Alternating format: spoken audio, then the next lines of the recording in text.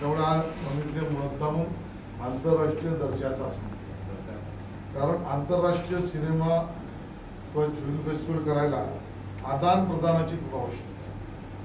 त्यामध्ये काही निकष, त्याचा काही प्रोफॉर्मा तो सगळा आपण फॉलो करतो. म्हणजे कुठल्याही आंतरराष्ट्रीय चित्रपटात गेल्यावर परिसंवाद, चर्चा, फिल्म बाजार, इंटरॅक्शन, गेटिंग कनेक्टेड, एकमेकाला वेगवेगळ्या चित्रपटसृष्टीत काम करणारी मंडळी, काही ठिकाणी निर्माता, निर्देशक, गुंतवणूकदार, या सगळ्यांचं आपण एकत्रीकरण करतोय. त्याला अपस्केल करायचं आहे. तेवढा पहिलं पाऊल आहे. म्हणून आता एम्बेसीपर्यंत आपण नेतो आहोत. आता या वर्षीपासून आपले सिनेमे आपण विविध आंतरराष्ट्रीय चित्रपट महोत्सवात घेऊन जाऊ आणि तिथले सुद्धा आपण इथे दाखवणं याचा एक SOP बनतो. स्थळ का असणार ते 3 जागा आहेत.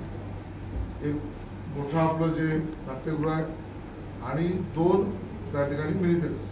मुख्य नाट्यगृहाचा प्रश्न असा आहे की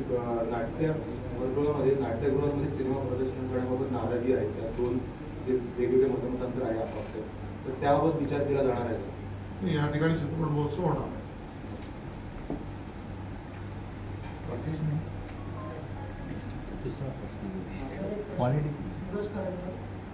अनेकदा जब्बार पटेल यांनी असं अनेकदा म्हटलेलं आहे वेगवेगळ्या मुलाखतींमध्ये की आमंत्रितच आहे. चला तुम्ही सांस्कृतिक मंत्री आहात, तर फुले चित्रपटाबद्दल वाद निर्माण होण्याची शक्यता आहे.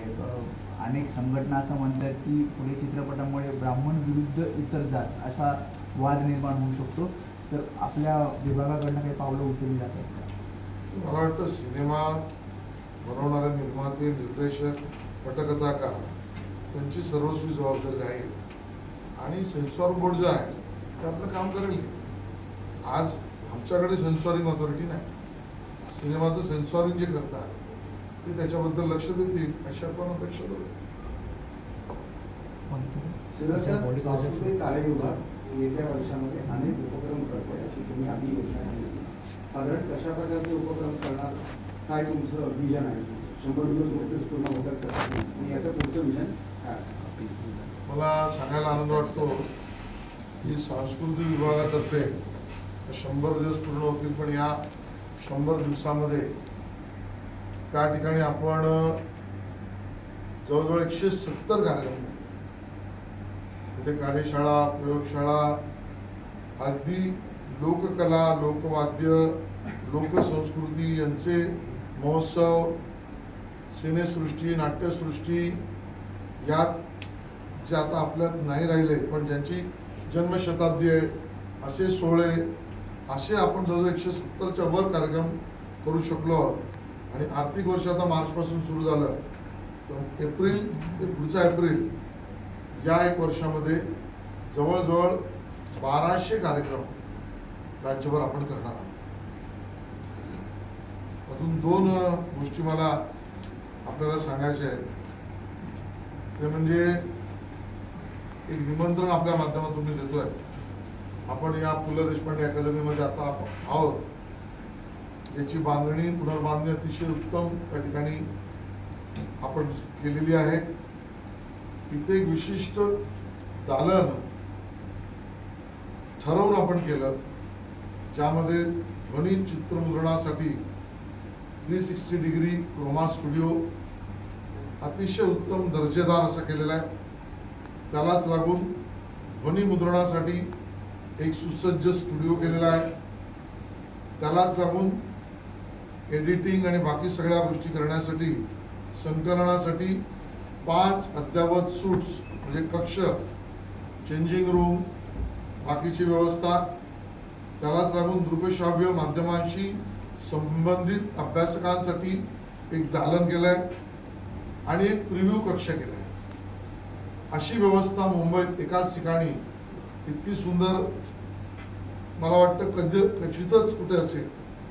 या सगळ्या संकुलाचं, संकुल म्हणण्यापेक्षा दालनाचं, ज्याला आपण दृकश्राव्य दालन असं म्हणतोय, त्याचं उद्या उद्घाटन आणि नामकरण हे आपण करणार आहोत. आणि ते सुद्धा आपण सर्वसंमतीने ठरवलं आहे की ज्यांनी यामध्ये अतिशय मोलाचं काम केलं, गीत संगीत या सगळ्या बाबतीत, असे स्वरगंधर्व सुधीर फडके यांच्या नावाने स्वरगंधर्व सुधीर फडके दृकश्राव्य दालन उद्या 11 वाजता त्याचं उद्घाटन श्रीधरजी फडके यांच्या हस्ते आपण करणार आहोत. आपण सगळे निमंत्रित आहात. त्या निमित्ताने एक कार्यक्रम बाबूजींच्या गीतांचा मिनी थिएटरमध्ये होणार आहे. तो विनामूल्य आहे. सगळे रसिक आणि आपण सगळेही त्याला उद्या 11 वाजता निमंत्रित आहात. बरोबरीने 60वा पुरस्कार सोहळा 25 एप्रिलला आपण त्या ठिकाणी करणार आहोत. त्याचे निमंत्रण आणि सगळी माहिती आपल्याला ती पुरवली जाईल. सर, एक प्रश्न आहे, कारण आता मधल्या काळी ज्या पाकिस्तानी कलाकारांना अनेक दिवस एकंदर ह्यासाठी सांस्कृतिक खातं कुठलं हे घेणार आहे? कारण मनसेने एक भूमिका घेतली आहे खळखटाकची. आता या सगळ्यामध्ये तुम्ही कसं या गोष्टीकडे बघता? मला असं वाटतं की कायद्याचं राज्य आहे आणि जे कायद्यात आहे तीच आमची भूमिका आहे. सर, नाट्यगृहामध्ये नाटकाचा प्रयोग सादर करण्यापूर्वी परमिशन मंडळाकडून प्रमाणपत्र घ्यावं लागतं. ते प्रमाणपत्र नाट्यगृह जे काही करतात योग्य त्या वेळी, परंतु स्टँडअपचे जे शो होतात त्याला कुठल्याही प्रकारचं प्रमाणपत्र दिलं जात नाही किंवा असं सुविधा म्हणतात सुद्धा नाही होत. तसं काही आगामी काळामध्ये आपण करणार आहोत.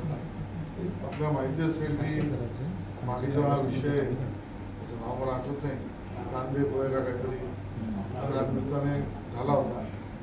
मी स्वतः निर्देश दिले आहेत मंडळाला याची चौकशी करावी आणि याच्याबद्दलची कार्यपद्धती काय असेल याची स्पष्टता द्यावी. तो रिपोर्ट काही दिवसात माझ्यासमोर येईल, मग आपल्याला त्याच्याबद्दल अवगत ठीक आहे.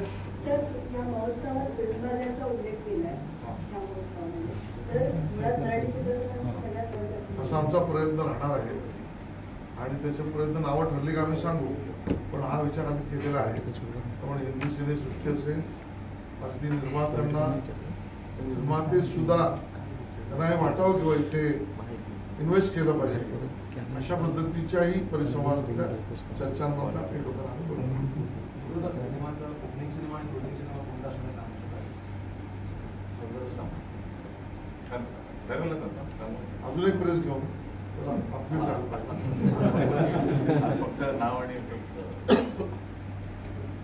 ठीक आहे. सर, पॉलिटिकल प्रश्न सर बाहेर येऊ